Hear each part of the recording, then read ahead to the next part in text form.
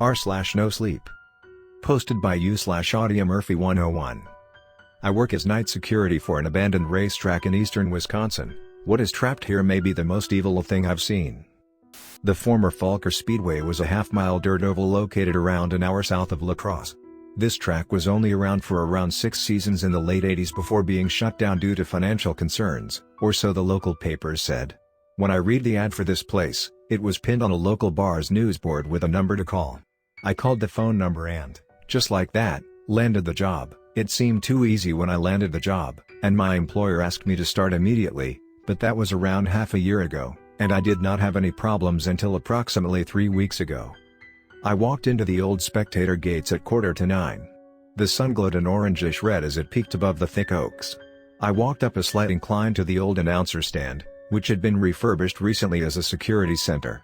I grabbed my time card and clocked in for the night, and this place usually was tranquil at night. Every once in a while, you'd catch some teenagers breaking in to drink or the occasional horny couple looking for a place to have some fun. However, this place wasn't as innocent and easy as dealing with dumb teenagers. When the Falker family built this speedway, they plowed over a Native American burial ground. This place has always had an eerie feeling. You'll hear things at night. From what my employer has said, something stalks the backwoods. However, I haven't experienced anything so far outside of the occasional light in the distance or noises, but I've chalked it up to just being this place rotting away. I looked at the camera screens. Camera 1 was located at the old infield, looking over the old pit stalls where the race team's haulers would be parked and crews would work on the cars. Camera 2 was placed at the hauler entrance and employee gate, where those pesky teenagers would tend to enter most of the time. Camera 3 was positioned at the old bathrooms and concessions area, just to the right of Camera 4, which overlooked the spectator gate and main entrance. I grabbed my flashlight and set off to do my first evening rounds as the sun dipped below the trees, casting an almost unnatural shadow on the buildings. I walked down the incline towards the main gate, ensuring it was locked as I checked the old bathrooms. They were empty, covered in graffiti and grime. I approached the concession stand, where an old grill and popcorn machine stood, broken and forgotten. A faint noise to my right sounded like a child laughing near the turn 4 stands. Expecting it to be teenagers, I flashed my light over, scanning the stands carefully and methodically. "Hello? This place is private property. If you don't come out now, you will be detained and charged with criminal trespass," I bluffed, knowing full well I had no power to do anything. But it worked as a good scare tactic. I walked towards the stands. The rusted metal of the stands stood proud as the rotting wood crumbled as I scanned again. Nothing. I shrugged it off as the place rotted away as I continued. I followed the fence and trail as I went back into the boneyard, where old race cars were left by teams or donated as last-minute parts cars. Scanning slowly, I reached a small clearing. The overgrown wrecks of old late models dotted the clearing. Pieces ripped off, and half-torn down motors were a testament to the place's glory days. The wind picked up, the tops of the trees lapping slightly back and forth. I navigated through the sea of car parts, reaching the trail on the other side. A significant crashing noise caught my ears as I swung to the left. I shined my light as I felt my heart rate pick up. The bramble shook as a tree came crashing down, slamming a couple of feet from me. I stood frozen with fear, unable to move, my muscles telling me to run. After the initial shock went through my body, I drew my gun, a compact .45 auto, 6+1 in the chamber. My gut churned with thoughts, but one study remained clear: something brought that tree down. I could not place why my conscience was screaming that, but I shrugged it off, trying to downplay my fear, chalking it up to the night and coincidence. I hurriedly continued, checking the employee gate and scanning the infield, before returning to my booth, looking at the cameras as I sat down and checked my watch. The time read 9:33, only around 30 minutes into my night shift.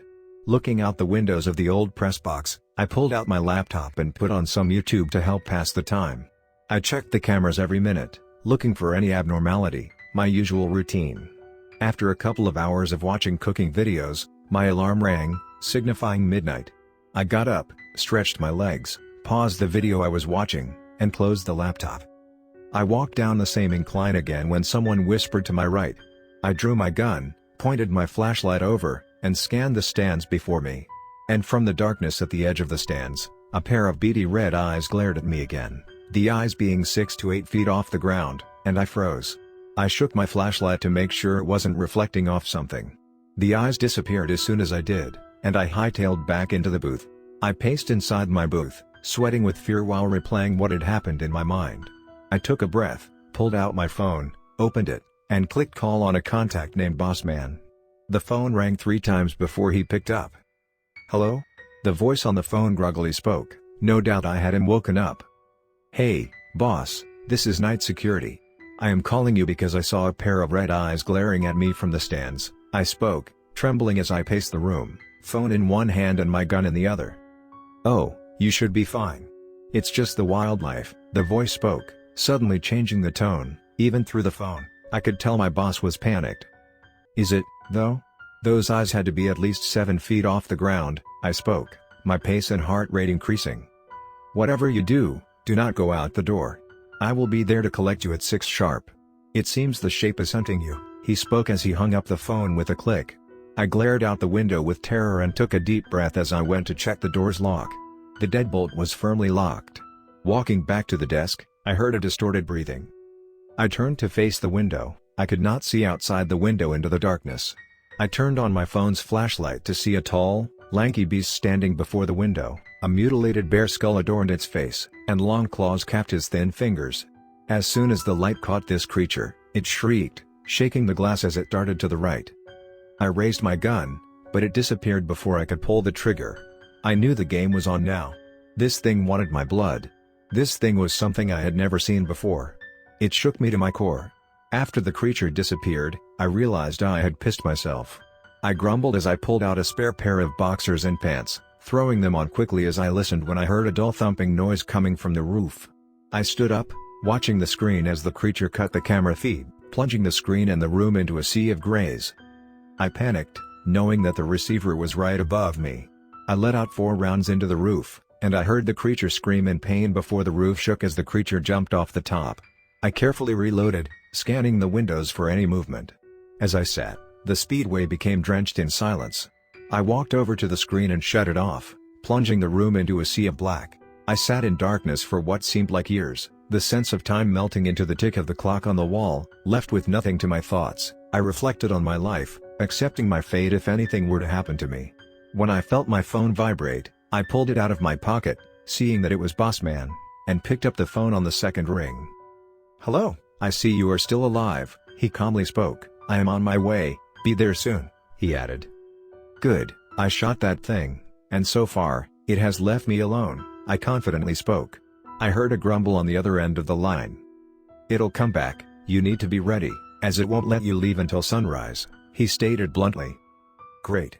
Well, I am ready for it when it does come," I stated, followed by a second of silence on the phone. "Listen closely, and I need you to make your way to the infield. That booth isn't safe now that you broke the seal. You must look for a small shack between turns 1 and 2. There you'll be safe." Bossman spoke as I heard a car start as he ended the call. I took another deep breath before turning on my flashlight to unlock the door. I scanned through the window before carefully walking to the door, unlatching it, and slowly peeking out, where I saw nothing. I opened the door further, slowly walking out into the silent night. The wind subsided, leaving a still night, quiet enough to hear a pin drop. I walked down the side of the stands, scanning slowly, looking for any sign of the beast. I made it to the old flag stand, where a gate led to the old track was left ajar, when I looked down and saw a trail of black liquid dotting the ground, disappearing into the dirt. I walked onto the track, and the overgrown dirt sat still and untouched except for fresh human-like footprints in the soil leading towards the infield. I took another deep breath as I continued forward, searching slowly. I climbed over the old pit wall into the infield, destroyed concrete with brush poking through all I could see. I saw the building illuminated in the fringe of my flashlight. I moved towards the building when I heard a noise off to my right. I swung to look at it and saw the creature staring at me, its mouth agape as it drooled slightly between its razor-sharp teeth. The creature glared at me as I glared at it, not moving my flashlight off it as I walked when I tripped on a piece of exposed concrete and landed with a thud as I felt my ankle pop and a flare of pain run up my leg. I shot back up to see the creature had moved, the adrenaline pumping as I moved towards the shack, hurrying my pace as I neared. I dropped to a knee when I caught the beast charging me from the left side. I fired my entire mag into the beast, seemingly unfazed by the bullet impacts into his chest, its razor-sharp claws slicing across my arm as I ducked to avoid the charge. The beast tumbled over me and slumped. I got up and finished the trek to the shack. Breathing heavily, I locked the door from the inside as a motion-activated light came on. revealing a first aid kit and other supplies, like canned goods and bottled water.